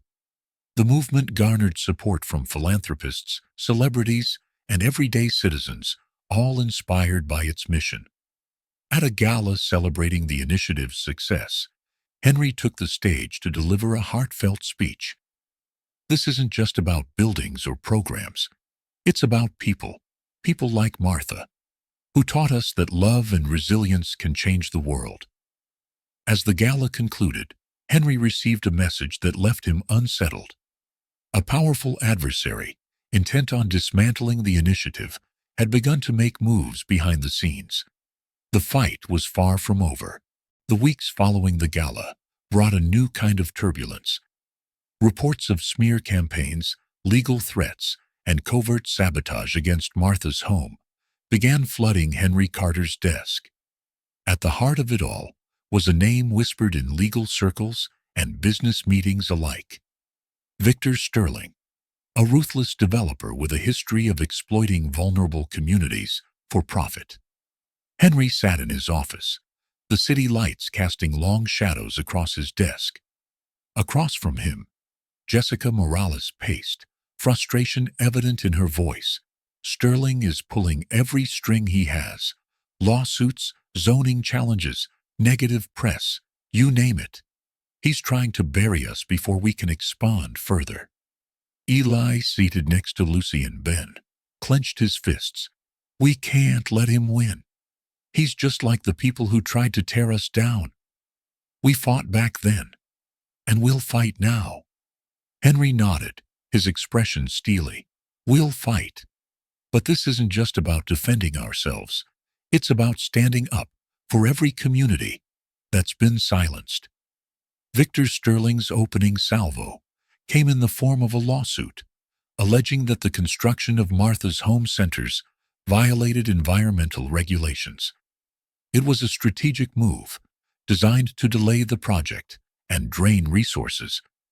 Jessica took the lead on the legal front, assembling a team of pro bono lawyers and environmental experts. They're grasping at straws, she assured Henry, but even frivolous lawsuits can cause delays if we're not careful. Meanwhile, Lucy and Ben worked on a campaign to counter the narrative. Lucy created a series of powerful murals depicting the transformation of slums into thriving communities. Her art was shared widely on social media, accompanied by the hashtag #Martha's Mission, which quickly trended. At a community meeting in Rivertown, Lucy unveiled her latest mural, a depiction of children from diverse backgrounds holding hands in front of a vibrant community center. The crowd erupted into applause, their renewed resolve palpable. As the campaign gained traction, Sterling escalated his tactics.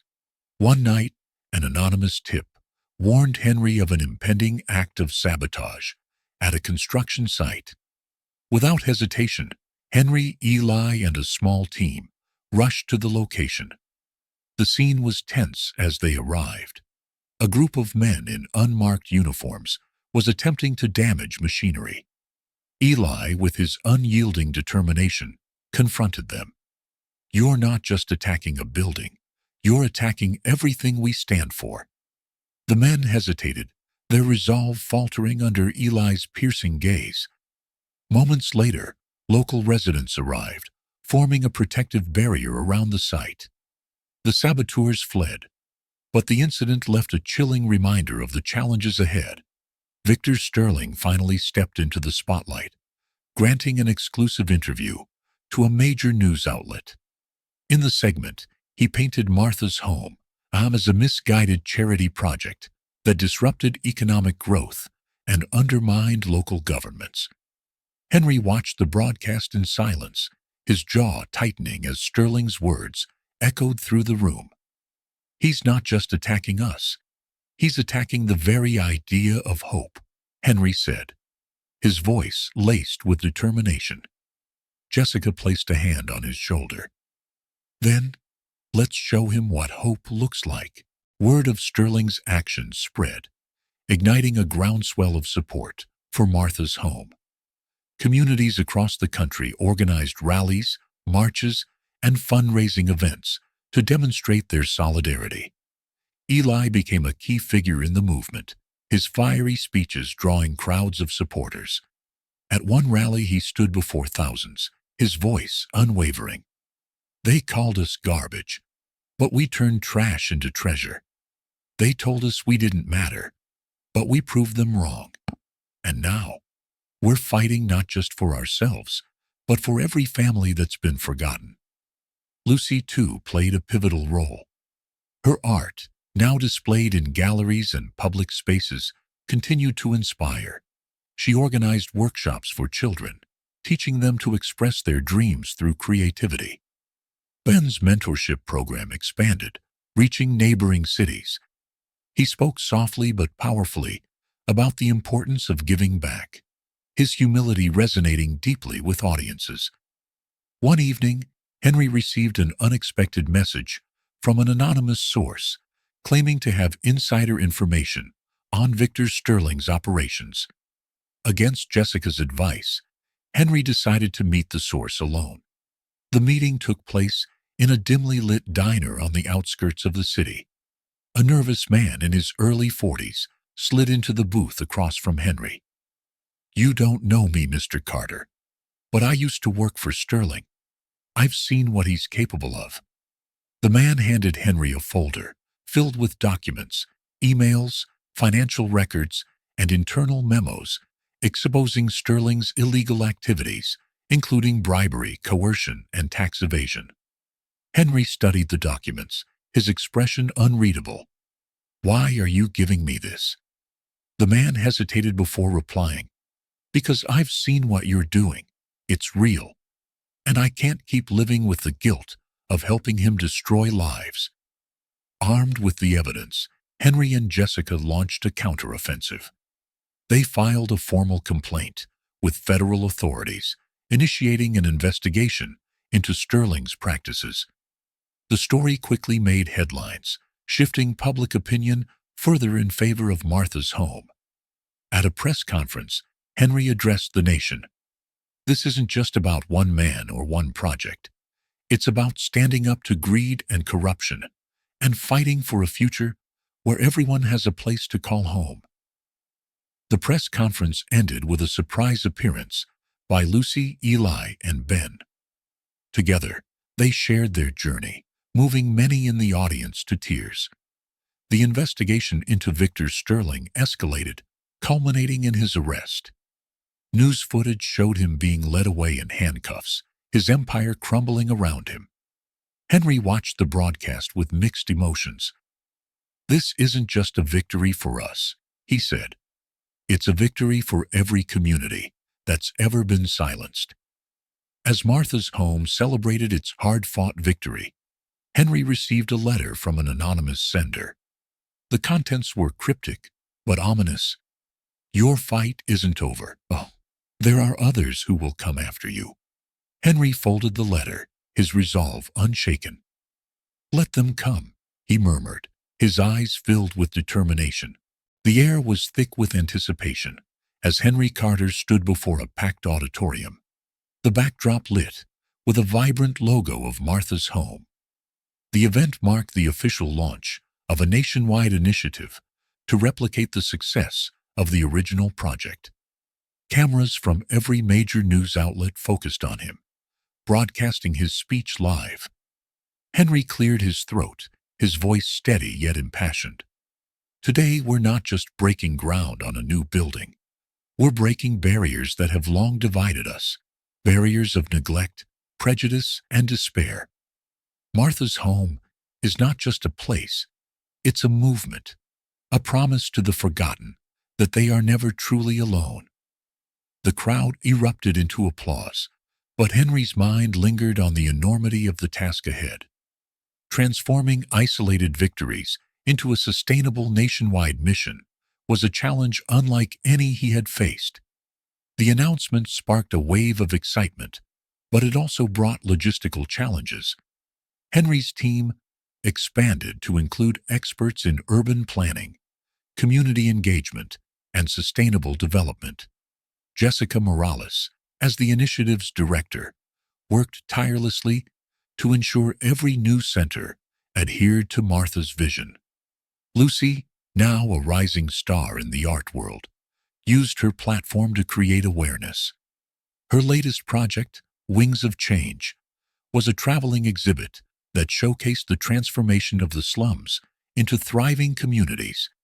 Each piece told a story of resilience and hope, drawing attention from philanthropists and influencers.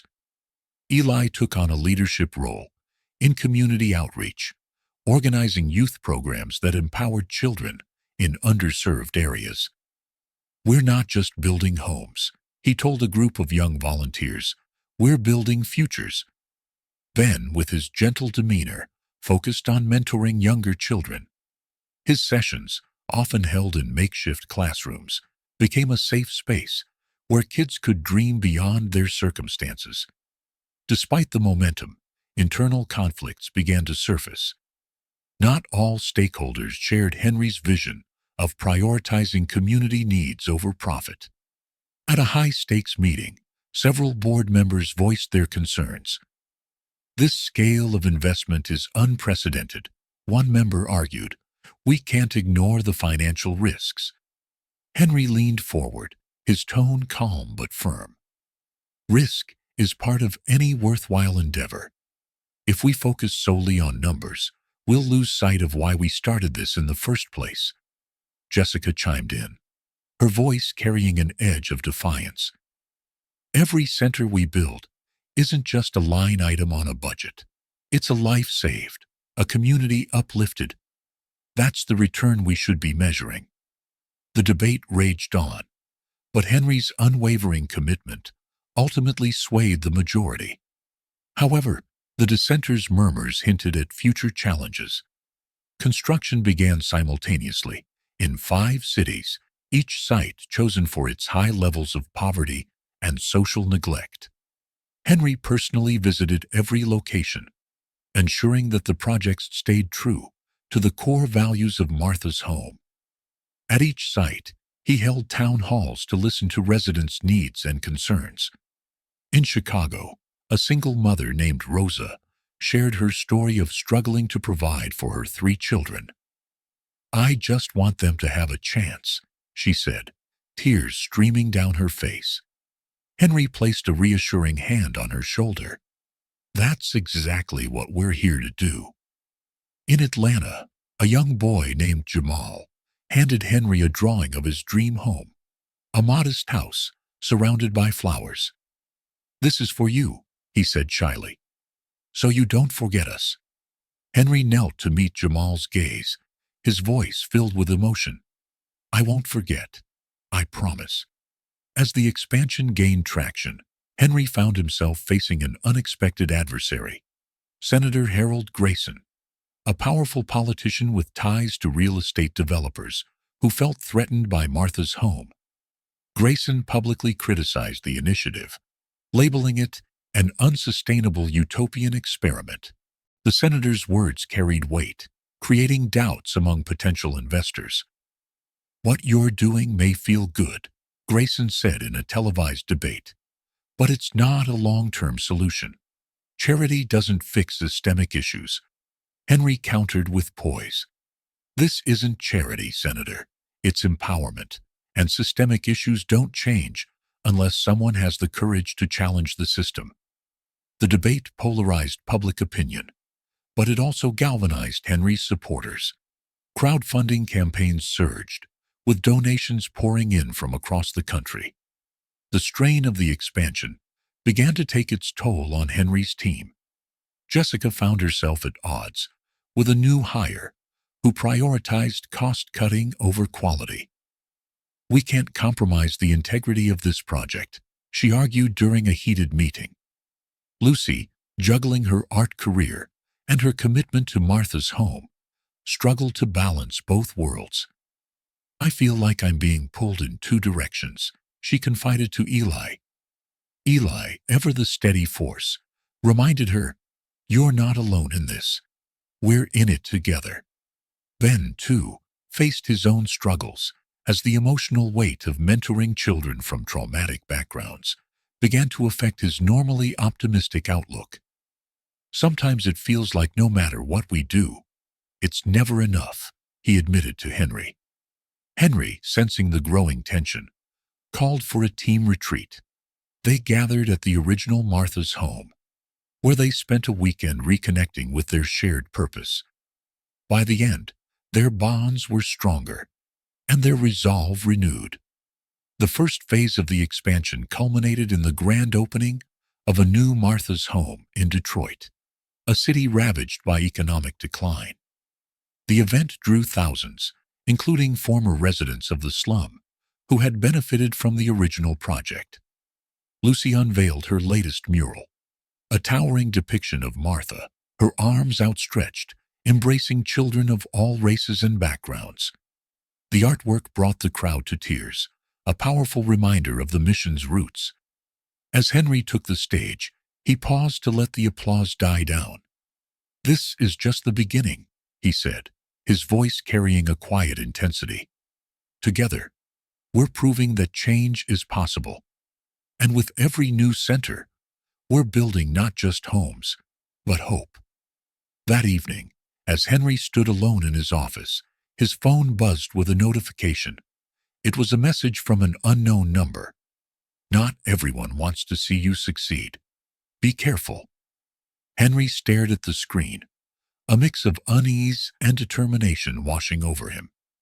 He knew the road ahead would only get tougher, but he also knew one thing for certain: he wouldn't stop.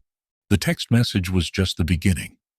Over the next few days, Henry received veiled threats through anonymous emails and letters.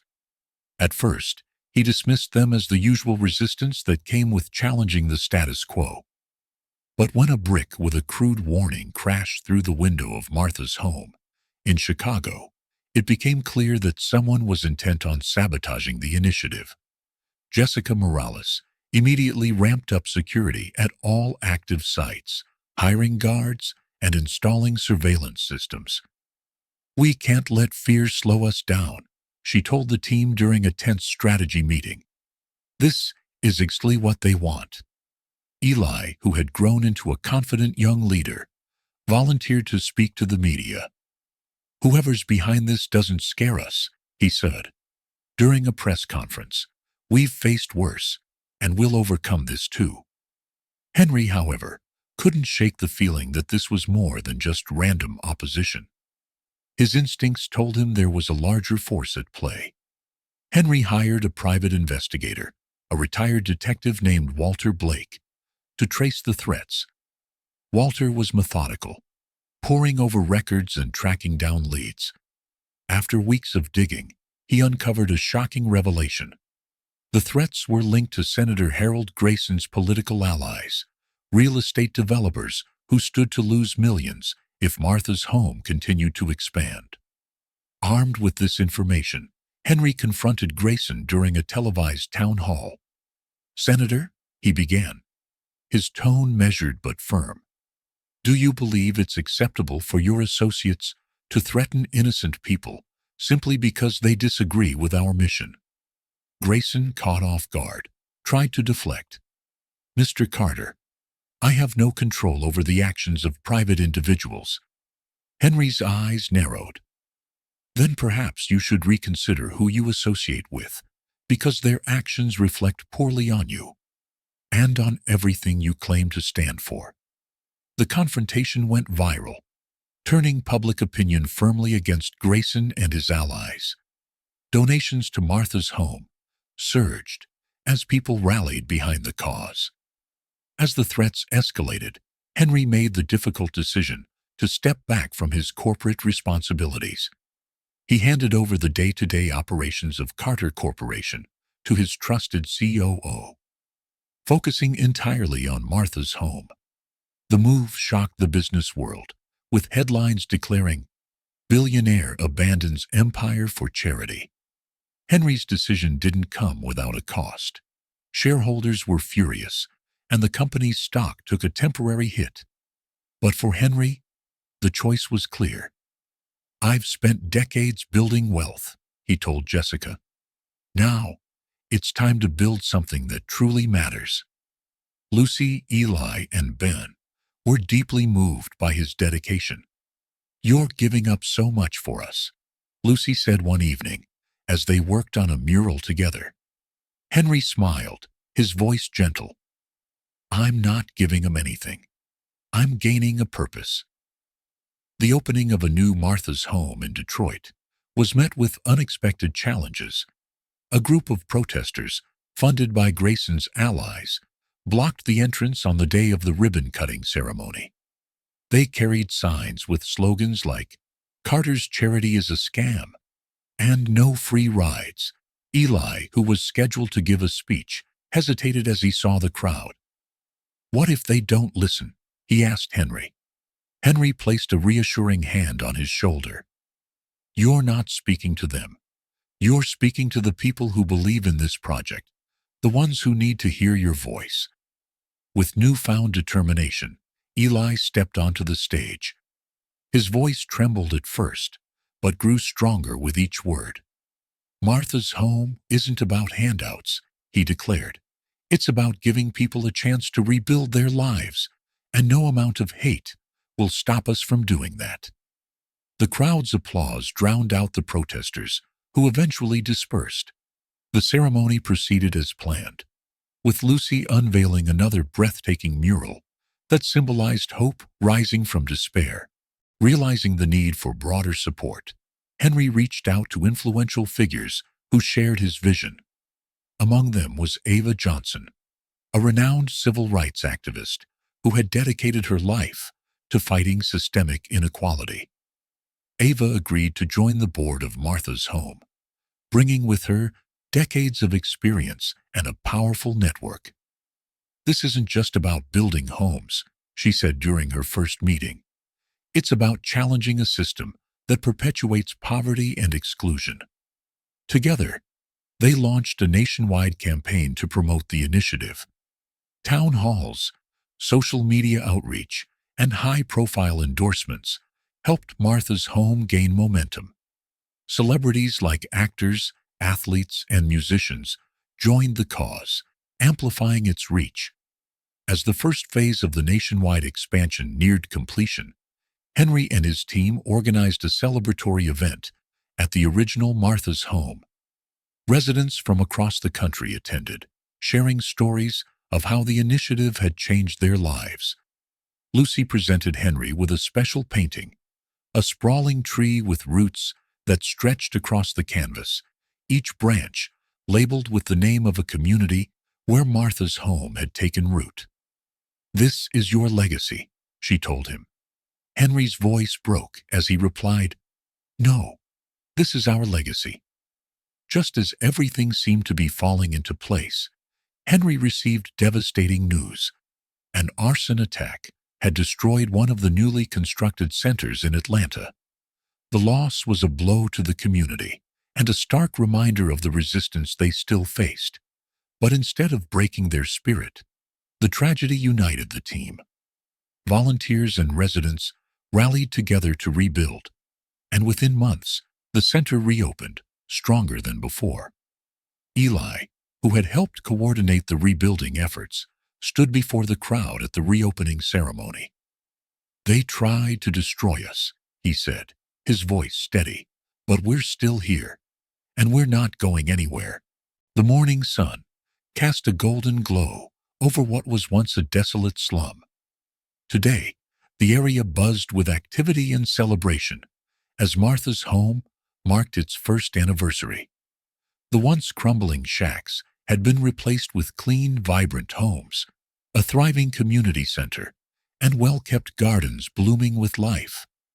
Banners hung across the courtyard, bearing the words, "A year of renewal, a future of hope." Children laughed and played on the newly built playground, while adults gathered to share their stories of transformation. The air was filled with the scent of fresh bread and flowers, a stark contrast to the stench of decay that had once defined the area. Henry stood at the entrance of the community center, taking it all in. Dressed in a simple suit, he looked more at ease than he had in years. Lucy, now 12, and brimming with confidence, stood beside him, her hands clutching a new drawing. "Are you nervous?" she asked, tilting her head as she studied him. Henry smiled, his expression warm. Maybe a little, but it's a good kind of nervous. The ceremony began with a parade, led by the children of the community, including Lucy, Eli, and Ben. Each child carried a handmade banner representing the different Martha's homes that had been established across the country. The crowd cheered as they marched through the courtyard, their bright smiles radiating joy. Jessica Morales, now the director of Martha's home, stepped onto the stage to thunderous applause. Her voice rang clear and strong as she addressed the audience. Today we celebrate not just the transformation of a place, but the resilience of the human spirit. This community stands as proof that when we come together, we can create miracles. Eli, now 16, took the stage next. His growth over the past year was evident in his steady posture and confident tone. A year ago, we were told this place had no value, but today, it's a symbol of what happens when love and determination win out over greed and despair. As he spoke, Henry felt a swell of pride. Watching Eli speak so passionately reminded him of the boy's defiance that day in the slum, a defiance that had sparked the journey they were now celebrating. The highlight of the ceremony was the unveiling of a statue in Martha's honor. Cast in bronze, it depicted Martha with her arms open wide, surrounded by children of various backgrounds. At the base of the statue were the words, "In love, we find strength." Lucy and Ben stood beside Henry as the cloth was lifted, revealing the statue to the crowd. Lucy's eyes sparkled with tears. "She would have loved this," she whispered. Henry knelt beside her, his voice soft but firm. "She'd be proud of you, Lucy, of all of us." The crowd erupted into applause, and the moment was one of shared triumph, a testament to Martha's enduring legacy. Later that afternoon, Henry hosted a roundtable discussion with leaders from other communities interested in replicating Martha's home. Representatives from cities like Detroit, Atlanta, and Los Angeles shared their successes and challenges, eager to learn from one another. One of the attendees, a young mayor from a struggling town in Texas, leaned forward and asked, "Mr. Carter, what's the key to making this work?" Henry paused, his gaze thoughtful. "It's not about money or resources," he said. "It's about seeing people. Not statistics, not obstacles, but people with dreams, fears, and potential. Once you understand that, everything else falls into place." Jessica nodded, adding, "It's also about giving communities the tools to rebuild themselves. Martha's home isn't just a project, it's a partnership."